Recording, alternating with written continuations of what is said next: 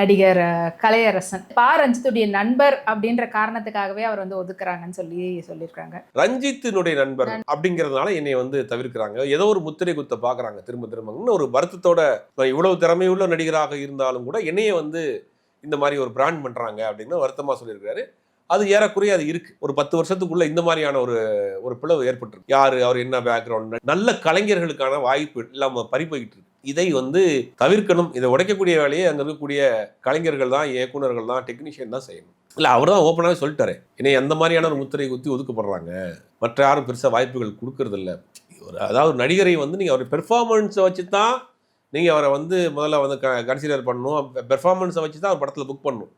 அவர் யாரு, அவர் எங்க இருந்து வர்றாரு, அவர் யாருடைய ஃப்ரெண்டு, அவர் யார் படத்தில் நடிச்சாருங்கிறதெல்லாம் பார்க்குறதுங்கிறது ஒரு நல்ல கலைஞர்களுக்கு, நல்ல டெக்னீஷியனுக்கு அழகு கிடையாது. அவருடைய திறமையை பார்த்து அவர் உங்கள் படத்துக்கு கேரக்டருக்கு சரியாக வந்தாருன்னா நீங்கள் பயன்படுத்துங்க.